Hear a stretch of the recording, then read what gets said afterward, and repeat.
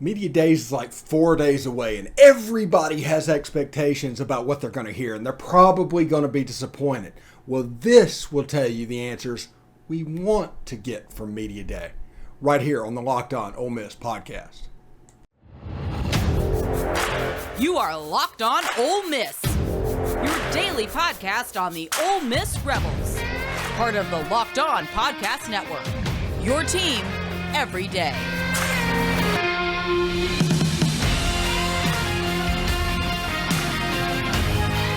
All right, welcome to the Locked On Ole Miss podcast. We're just going to jump right into it today, but first you can catch us down there at the Stephen Willis. We commentate on all sorts of stuff, and thank you for making the Locked On Ole Miss podcast your first listen every day. We are free and available on all platforms, including YouTube. So do us a favor, subscribe to the YouTube channel, upvote the video, and of course hit the bell for notifications whenever we release a new video. That's hyper important. If you do that and we'll continue to grow, we'll continue to add new things, because if we hit 2,000 subscribers before Troy, we will do a pregame show. Yeah. Scout's honor. Anyway, we started thinking about Media Days, and that's coming up, and we got our credential approved, but everybody gets their credential approved. That's not a big deal. But we got that done, and we were getting ready to go, and we started thinking about it. Is what's going to be said going to be what we're expecting to be said? The answers to the news we're expecting to get, are we going to get that? And the answer is probably no. But every year you walk into SEC Media Days and something happens that you weren't expecting. Last year it was Oklahoma and Texas. The year before that, or a couple years before that, was the UFreeze Freedom of Information Act thing. You always get news stories out of Media Days that you weren't expecting. And you've got 2 weeks between the end of Media Days to the start of fall camp. So there's a little bit of a break. And I will break this down for you guys. Now, the media hates the fact that Media Days has become a TV event, and they want people to actually watch the interview. You know why? Because those interviews that they get are used for quotes for stories over the next 2 weeks. It's like 2 weeks of their content. So if it's old news after it's interviewed, they're not going to be happy. So the media pushes back against it and says things that it's becoming a made-for-TV event, which it is. But I think the main case is the sports media. They're going the way of the telegraph operator. And everybody can watch and get the quotes themselves and move on. The only advantage they have over anybody is being able to ask a question. In SEC Media Days, you can pretty much have a blog and get credentialed so you can ask a question. So it makes it to where the media, it's not really about them. Now, if you think of the movie America's Sweethearts, he says, there's a line from it, the best junkets are not the ones that are about the movie, it's the one the press thinks is about them. And that sums up why SEC Media Days in the public sphere, with everybody talking, all these talking heads are against it. But SEC Media Days is a beautiful thing for the fans. You got 3 players and you've got a coach and you've got about 2 hours straight worth of content. I'm looking forward to hearing Lane Kiffin Monday morning. I'm looking forward to hearing Cedric Johnson. I'm looking forward to hearing Nick Broker, and I'm looking forward to hearing Jonathan Mingo. Of course, I'm the type of person that can talk about the same thing in Ole Miss football over and over again. I can do that. I don't get tired of it. So whenever we talk about the quarterback competition, which we're about to get into, it doesn't bother me that I'm talking about it on July 13th or July 14th. It doesn't bother me that I'll be talking about it on April 14th. And it doesn't bother me that I could potentially be talking about it on September 14th. I enjoy talking about it. And down in Central Florida, in the absence of having the sports bar of a circle of friends to go talk Ole Miss football with, I spend this time talking to you. And that is my sports bar friend. And that's the reason I repeat myself and all of this over. It's a way that I can convey this to you. And I appreciate every one of you participating in the comments section, whether you're pro or against what I say. Man, it's really great, and we are growing this. And this is becoming a movement. And we're trying to make Ole Miss sports fun again. If you want to follow it and it be fun, this is the place to be, and it's growing and growing and growing. And heck, I've started a TikTok page, and I'm too old to TikTok, but my stuff is on there.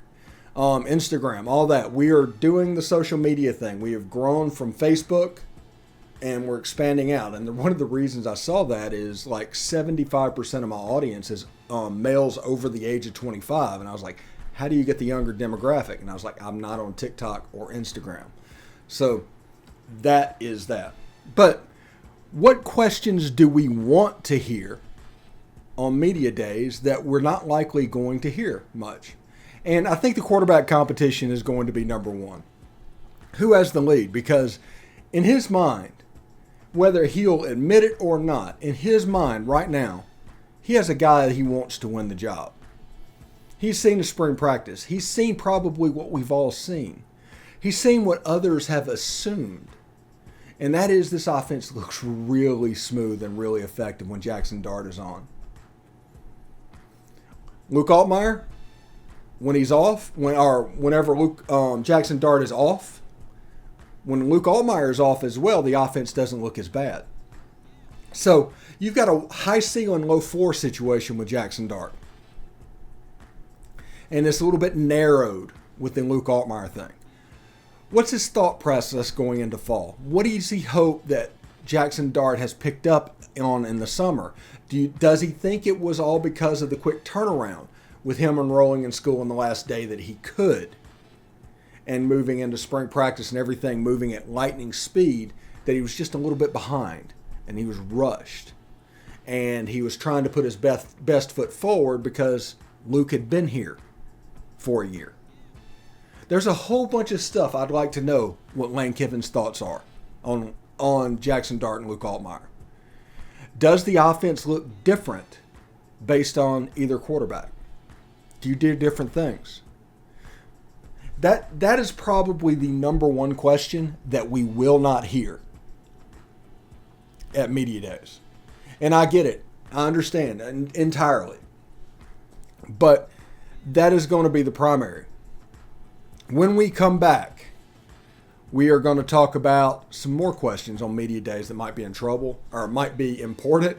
And we have Derek Vandygriff that's going to talk about the baseball signing class in the third segment today. But first, I want to let you know that this episode is brought to you by Rock Auto. With the ever-increasing numbers of makes and models, it is now possible for your local chain auto parts store to stock all the parts you'll need. Why often endure the often pointless and seemingly intimidating questioning, is your Ranger an XL or an XLT or a Lariat? And wait while the person behind the counter orders the parts on their computers, choosing only the parts their warehouse happens to carry. You have directions to Rock Auto on your home computer and on your phone. You can hit them up there. Save time and money when using rockauto.com. They're a family business serving do-it-yourselfers for over 20 years. Their prices are reliably low for every customer. So go explore their easy-to-use website today to find the solutions to your auto parts needs. Now, this is what I need you to do. And pay attention to me here. Go to rockauto.com and right now and see the parts available for your car or truck. Write Locked On their How Did You Hear About Us section. That's how they know we sent you over to them. It's amazing selection. It's reliably low prices. It's all the parts your car will ever need. rockauto.com. All right, which NFL stars move the betting line the most? Starting July 18th, Locked On gives you the 50 most valuable players in the NFL from the odds makers at BetOnline. It's available July 18th on Locked On NFL, wherever you get your podcast, and on YouTube. So that's pretty cool as well. So in the first segment, we talked all about the quarterback competition because, let's face it, that is going to be the major story. Going into this fall camp and into the season. It's going to be the quarterback competition. It's all anybody is going to want to talk about. Whenever I put a thumbnail up on this podcast, the views go up over 200 if I put a quarterback on it versus a position player. This is a real thing. This is a real phenomenon. So people are going to care about this competition. Now, it behooves Lane Kiffin to drag this competition as long as possible. So he might know the second week of August who is going to be his quarterback. We are not going to find out until maybe even the second or third game of the year who the quarterback is going to be. It's going to be a serious, real version of the Chad Kelly versus Ryan Buchanan and Devontae Kincaid situation from 2015. Whenever they basically faked a quarterback competition. This one will be real. There's real. Luke Altmyer can win it. Unlike Ryan Buchanan and Devontae Kincaid. Luke Altmyer can win this job. But you're not going to find out if he won this job. Now, I will say this, and this is one thing that you might be able to get a heads up on if they're not completely taught against this, which they might be. But there's local media that are buying access through players.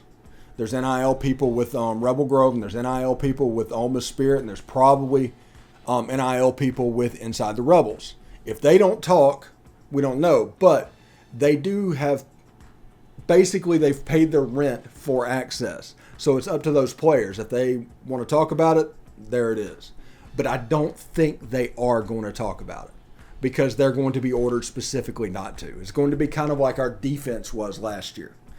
Last year, the 3-2-6 got put in all spring and all fall camp, and we ran 4-man in the spring game, if you remember that correctly. We ran 4-man in the spring game, and nobody knew about it, and all of a sudden we go out against Louisville and we're running this completely different defense.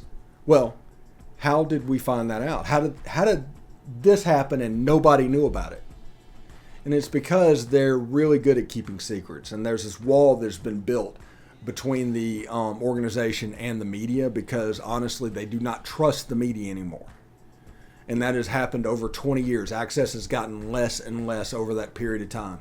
And the amount of stories have to go, or they're going like to second and third tier sources to get the information they need. Sometimes those third tier sources have an axe to grind and tell you a slanted part of the story, which causes another divider to go up to separate them. It's nothing against media. It's nothing against the organization. This is just what's happening. It's one of the reasons we are not a news organization, because nobody trusts news organizations anymore. Nobody wants them around. Nobody wants to talk to them. So we are not a news organization. We are a commentary website. We are a perspectives website. We are not a news website. So if you come here expecting news, stay for the commentary, stay for the perspectives, but understand that we just talk about what Ole Miss fans are talking about. We don't really try to break news, and that's just not our bag. It's too much work for maybe 2 minutes of reward. It's weird. It is. It's too much work for like 2 minutes on Twitter, and it's gone. And the credit goes to whoever, and it's just not worth it. Not judging anything about people that decided to do that. That's great. But we wanted to do something differently. And we've said this since we've started, even back in the Palmcast days. We wanted to do this differently. And honestly, I think we have, and we are. And judging by our subscription numbers and our listens and downloads, you guys are noticing, for sure. So that's the reason whenever I try to find a perspective, it doesn't matter if they're a member of the media. I want to find a fan with something to say. That's the reason we got Derek Vandygriff. That's the reason we got Tom Vanderford. That's the reason we got Kara McCutcheon. It's all about perspectives. It's all about commentary. And I hope people understand the difference there. That's what we're trying to do. There's been several people over the last 2 years that's like, I don't understand what you're doing. And I was like, well, you don't have to. Nobody has to. Except for me, which I know exactly what I'm doing. And I know the next steps from here, and I know the next steps from there. And I'm out 5-6 steps in advance. And all I have to do is hit benchmarks along the way. The only person that understands that is me. So, with this being SEC Media Days, that explains why I got off of my little tangent a little bit. So, things that we want to hear from Media Days that we're not going to get to hear. And that is, I think we're going to hear about how good of the triumvirate of Michael Trigg, Zach Evans, and Jalen Robinson are. I think we will hear that. I think we will hear how good the offensive line is. One thing I hear, I think the outside receivers, they're not sure where everybody's going to play, so we probably won't hear that. I think we are going to hear about the defense, about an experienced unit, a lot of talent infusion over there. You probably won't hear about that because for whatever it is, and this is something that is going to take some time to happen, transfer is a dirty word still. Even with the transfer portal and everything. Lane Kiffin doing this the way he's doing this, they're viewing it the way that Kansas State was viewed back in the 90s and early 2000s when they're heavy on the Kansas JUCOs. Michael Bishop era. And they viewed that as almost like they're cutting corners. They're not building a program. They're just building a team. And because of that, it was hard for Kansas State to really move up the polls, even though they were really, really good teams. When Michael Bishop was the quarterback at Kansas State, those guys were good. But they were looked down on by the all-seeing eye of the guardians of the game and talked about how, well, you can't do this through JUCOs. You need to sign 25 freshmen. You need to redshirt them, and then you can build them up through the 5 years. And if you're good, whenever you build up, you did this the right way instead of cutting corners in JUCO. And that is the way the transfer portal is looked at these days. It's absolutely stupid. And Lane Kiffin uses the transfer portal, and this is one thing I wish he would say at Media Days. He's not going to say it, but I wish he would. He goes through the transfer portal because he has to. Anytime Ole Miss is in on a big-time player, they get outbid. Nothing against the teams that can pay more, but he's trying. And this is what people need to understand, and we'll get to Derek in just a second, is Ole Miss is through the transfer portal, and make no mistake, Alabama and Tennessee have different NIL prices. Let's say it might cost just $500,000 to go to Bama. To get that kid away from Bama, it's probably going to cost you $1 million. So there is a little bit of an advantage that blue bloods have because they're out there. It's easy to do. There's people that have thought about doing this, and it's just you get a discount for being good. Now, Ole Miss is in the category with the Tennessees at the moment, although they can't pay that amount of money. But he's trying to use the transfer portal to win so that he can go down to that Alabama level to where the prices aren't quite as expensive. I mean, it's a silly thing, but everybody talks about a market value for a quarterback. The market value is different.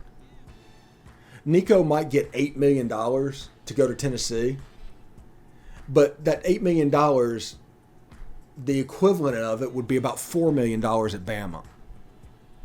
It's a sliding scale depending on where the brand is viewed at by the student athlete. If you don't know that, you're not paying attention. There's a reason Miami is paying $9.5 million for a quarterback. Tennessee, $8 million for a quarterback. You're not hearing that at Alabama. You're not hearing that at Georgia. Heck, you're not even hearing that at Texas A&M. But you're hearing it at Tennessee and Miami because they are so desperate to win. They are throwing out money because they have to. If they could get the quarterback for $6 million instead of 9.5, they would absolutely go down that road. But they can't. And Ole Miss is in that same boat as well. It costs more to get kids to commit to Ole Miss than it would take those same kids to commit to Alabama, to Georgia, to those guys. It's just the way this is settling right now. And another reason I tell people to be patient with what's going on. We won't hear about any of that at media days. Not even a little bit. But it'd be really cool if we did. Anyway, we got Derek Vandygriff coming up in a few minutes. But first I want to tell you about Built Bar and the Coconut Brownie Chunk Puff. Yeah, that's what I said. From the people who invented healthy and tasty comes the latest gift to your taste buds. You've probably tried the amazing Coconut Brownie Chunk Built Bar, but guess what? Your friends at Built has given the Coconut Brownie Chunk the Puffs treatment. That's hard to say. That's right, the Coconut Brownie Chunk Built Bar flavor that you love and a deliciously chewy marshmallow covered in 100% real chocolate. It's like a fluffy cloud of coconut brownie goodness. But stop drooling and listen. They're good for you. Low calorie, low sugar, high protein, all delicious. Coconut Brownie Chunk Puffs are only here for a limited time. Go to Built.com now to make sure you do not miss out. They're going fast because they taste amazing. The best part about Built Puffs is, of course, they taste amazing, but you can enjoy them guilt-free because they're actually good for you. They are the perfect treat, perfect when you got the craving, you need to satisfy your sweet tooth, or if you need a quick, healthy snack, they are an excellent source of protein. So this is what I want you to do. Go to Built.com. Use promo code LOCKED15, all one word, LOCKED15, to get 15% off your order. Use promo code LOCKED15 for 15% off at Built.com. All right, thanks for making the Locked On Ole Miss podcast your first listen every day. We are free and available on all platforms. Please do not forget to rate and review us on iTunes. You can talk about how I'm braggadocious and everything's going on, but I have really good guests. And one of those really good guests that I have is Derek Vandygriff, and he's here to talk about Ole Miss's signing class for next year. You might not know about it. I don't know a whole lot about it, so we're all going to learn together. Hey, Derek, how you doing, bud? Good, man. How you doing? I'm doing absolutely fantastic. Ole Miss won the national championship. I've completely turned the page to football, as you can see by my show. And my credential came in today for SEC Media Days, so pretty excited about that.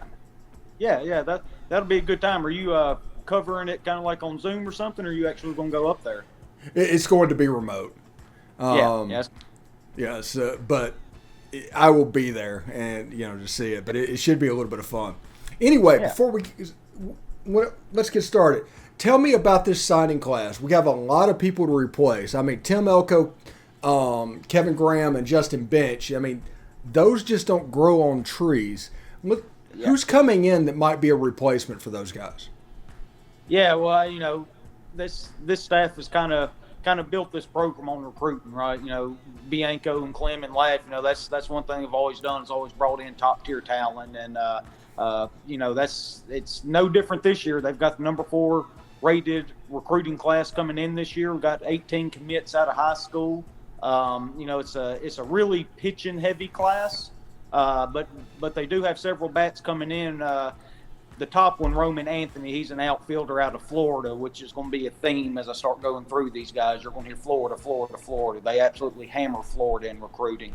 And he's a guy you're going to have to watch out for when the draft starts up. I think it's this Sunday, if I'm not mistaken. He's the number 4 outfielder in the country, number 14 overall player.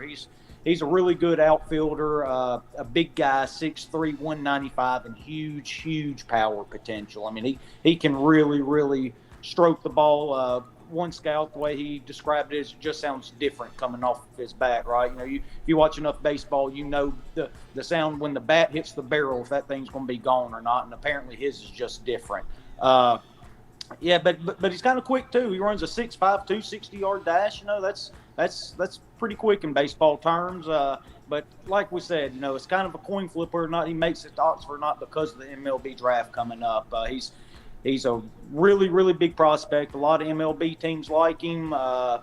Not on the radar of some of them, but if you can kind of start sneaking into the second part of the second round, something like that, if he falls that far, then there's a chance he's able to make it onto campus, and he would obviously plug in and play right away if his bat plays the way that the scouts think they will. Yeah, one cool thing about where I live is people might not know this but spring training happens to MLB teams all the time. Oh. And as a result, their stadiums, their low A and high A teams are usually down here as well. So after the draft, like if Tim Elko gets drafted by the Blue Jays, I mean, he's probably going to end up in Dunedin, or something like that. So I can see those guys. The Tigers have their A club right in Lakeland. That's 15 minutes away. But there's minor league teams all over the place. Now, how many prospects from this draft class is there legit danger of going pro straight out of high school? There's two for sure. There's Roman Anthony, the guy we just got done talking about, but the absolute stud of the class is Jaxson Ferris. He's a left-handed pitcher out of IMG down there in Florida. He is the number 2 left-handed pitcher in the country, number 9 overall player, regardless of position. He's 6'4", 190 pounds, and bear with me and just see if this sounds familiar. He's a lefty that throws in the mid-90s with a big power curveball. I mean, that's got Doug Nikhazy written all over it, doesn't it, the way he pitched for it there for a couple of years. But this kid, he's absolutely incredible. He's 94 to 96 with the fastball. He's got late movement on it. He went to all the perfect game showcases and all that, and just absolutely blew everybody away. It's apparently a very, very heavy fastball. People can't catch up to it. The MLB scouts even say even at 96, it plays even above that, which is kind of crazy to think about with that kind of velocity. And, he's only 18 years old. He's going to gain a little bit more velocity as it goes on. But yeah, big fastball from the left side of the plate, high 3/4 over the top arm slide. And the thing is his mechanics, as he's consistent with it. The tonal of the ball is the same every single time, as far as his release point and all that stuff. Like I said, late life, they say it's just a plus pitch, that fastball. But he mixed in a good curve and a changeup too, which is kind of key to keep people off balance when you're throwing that kind of velocity. It really is a long shot. He's the ultimate lottery ticket, but you would rather hold that ticket than somebody else. And if something happens, I kind of started looking through mock drafts and stuff, and he's anywhere from the late first round to those first round compensatory picks that teams get for free agents and stuff, right? And he was kind of up in that early first round area before this, so he's starting to slide a little bit. If he slides a little bit more, then maybe we luck up and that lottery ticket ends up hitting for us. He would probably slide right into that weekend rotation if his stuff's as good as it's supposed to be. So he's really exciting. That's one guy that we really need to keep an eye on. Yeah, there's a chance if he makes it to campus, all 3 of the weekend starters are lefties. Yeah, that'd be kind of crazy, wouldn't it? Yeah, that'd be bizarre. Yeah, it would. But, at the same time, with the kind of talent you're talking about, though, you just kind of make that work, though, that's you would love to have a righty mixed in there, but it's fine if it's not. It's not that big of a deal with guys that can throw the way they can. So, yeah, you just kind of roll with the punches at that point, and you throw your best guys out there, see if they can get you some depth, and kind of use this year as kind of a template a little bit, and just kind of go about it and use that bullpen and, work that pitch staff as best as you can. We got a bunch of arms coming in this class and coming back from last year's team, so that definitely should be a strength of our team next year. Yeah, a little bit of a lesson was probably learned this year by people to not jump the gun and wait until it finishes. I mean, absolutely. Yeah. And it's just kind of a testament. We talked about it here before, but not only recruiting, but the coaches, the way they work tirelessly with these pitchers. When we were struggling throwing the ball earlier in the year, me and you kept saying, year 22 for Mike Bianco, we've never really been bad. We've never sucked. But one thing we've always done, no matter if it was a really good year or one of his down years, we've always pitched. They pitch. They're such a long track record. And, that's why you get guys with this kind of talent, because they can show them that, and Mike can show them they can get them drafted and get them into the major leagues. And that's what it's all about for these kids anyway. So it's really a nice chip to have on your side when you're going out on the road recruiting these guys and trying to talk them into coming to campus. And, kind of like Jaxson Ferris, just to go back to him for a second. If he ends up sliding a little bit and he doesn't get the number that he wants, he he probably has faith that if he does come to Oxford for 2 or 3 years, that the way Mike and those guys are able to develop these young arms, especially lefties. You look at Nikhazy and Pomeranz, that they can get drafted higher and that he can end up making a little bit more money. And with the NIL and everything going on right now, I'm sure baseball probably picked up a good bit of NIL money after this national championship. So maybe we'd be able to give him a little bit to get by for the next 2 or 3 years and get him back in the draft and make him a top 3, top 5 pick, whatever it may be at that time. Yeah, and A-ball and things like that, you said he's a consistent tunneler, all of this stuff. That's kind of entry level, straight out of high school that he would spend the next 3 years doing and learning anyway. Yeah. If he already does that, why not go to college, get the instruction, come out and go to AA, and you're kind of on schedule anyway? I mean, that's just my thought.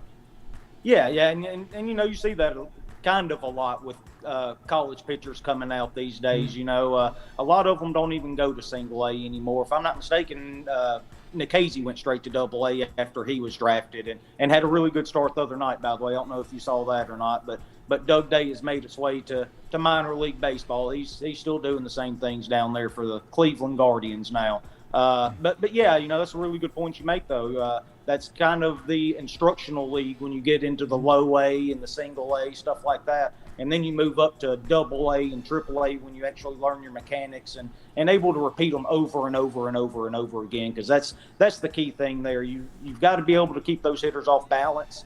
The higher you go up, kind of like in JUCO to Division I, it's harder to fool these hitters. They're better. They can see it out of the hand. They can recognize a pitch and know if you're coming right over the top with it, well, that's his power curve. Or, if he comes from the 3/4 just over or just to the side of the shoulder there, okay, that's the fastball coming in 96. I need to gear up and go ahead and rip this one here.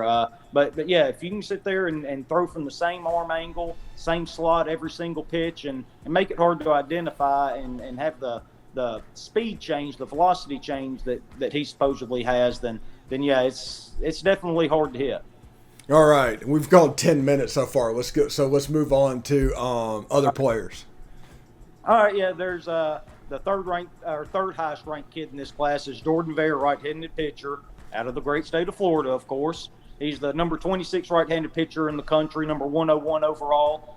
Doesn't seem to have a lot of draft buzz about him, which kind of surprised me a little bit. I looked around several different sites, and one of them even ranked the top 600 prospects, and he wasn't even listed in it as far as the MLB draft goes. So that was kind of surprising. He has an upper 80s fastball, jumped up to 90 to 94 this past year. He had an upper 80s last year, I guess I should have said. But his velocity's already increased. He's a low to mid 90s fastball thrower, but kind of when you have a fastball in the 80s, one thing you do learn to do is throw those secondary pitches, right? Because you're not able to sit there and live off of it over and over again. Well, that's what he was able to do.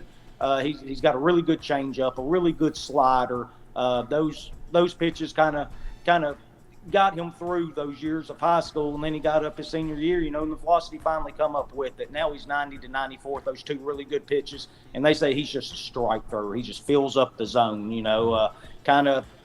When I was reading about him, it really reminded me of John Gaddis, the way he throws up all of his pitches for strikes over and over and over again. You're going to get a guy that's just going to fill up the zone. And, it's one thing that really worked well for us. It kind of was the turnaround of our season this year is when our pitchers were able to start filling up the zone. And he's a pretty big kid, too. He's 6'3", 205. He's only 18 years old, so you can only project him to fill out from there. So, there's probably a little bit more velocity increase, stuff like that. So he's a really good prospect and somebody that, like I said, doesn't look like he'll go in the draft. So we should see him on campus, and that's one guy I'll definitely be keeping an eye out for next year.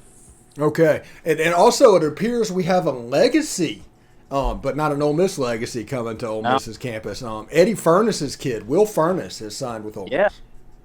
Yeah, and oddly enough, he's a real big kid too. 6'4", 212 coming out of high school. Weird how that works. Yeah, I know, right? Jeans and everything. He's rated number 4 first baseman in the entire country, number 169 overall, left-handed batter. The scouts rave about his power potential. They say that as fast as he gets the bat through the zone, he's got really good bat speed and really good control with the bat when he does get it through the zone. So they really like his power potential, and if he controls the bat that well, then you can probably project a pretty decent average to come through with it. Kind of with those big left-handed swinging first basemen, that they're trying to hit the ball out of the ballpark. One thing that kind of pops into your mind is what kind of discipline do they have, strike out to walk, all that kind of stuff. And that's one thing we'll just have to find out when he gets to campus, how he's able to adjust to the Division I pitchers and how he's able to hang in there and see if he can spit on a few pitches and rip away when they're in the zone, kind of like Kemp Alderman, that jump from freshman to sophomore like he did, So that'll be interesting to see. But, yeah, that was one name that popped off the page to me when I started looking down. I said, man, Wilburn Furnace. And it's right at the bottom, son of Eddie Furnace. I said, good Lord. I didn't know we had him at that point. Yeah. Yeah, obviously, I think Eddie might have played with Mike, or Mike might have been an assistant at LSU at that time. At that time. Yeah. So yeah. There was a relationship down on the Bayou. Real quick before we get out of here, give me one dark horse of this class that you might think of.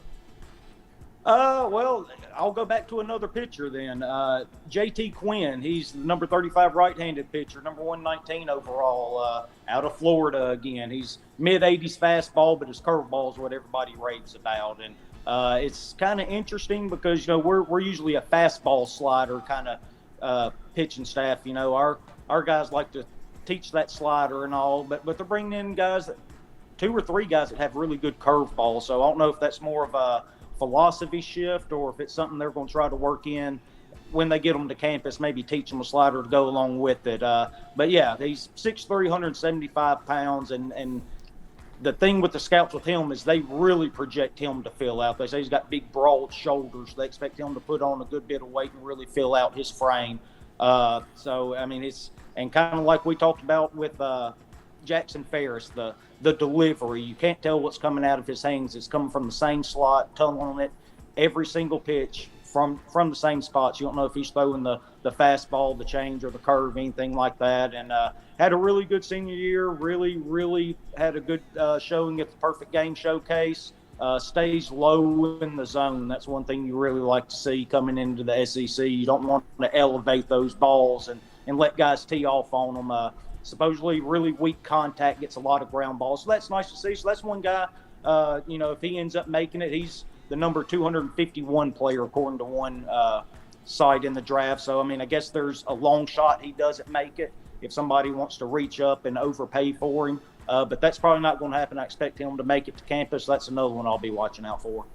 All right. Get more on the SEC for making Locked On SEC your second listen every day. Coach Chris Gordy and local experts, that's me, of Locked On take you across the SEC in 30 minutes. Make Locked On SEC your second listen. Derek, thank you very much. This will be in handy. We're going to release the interview by itself also on Saturday, so it'll be right there for Sunday for people to watch it as a standalone. So thanks a lot, bud.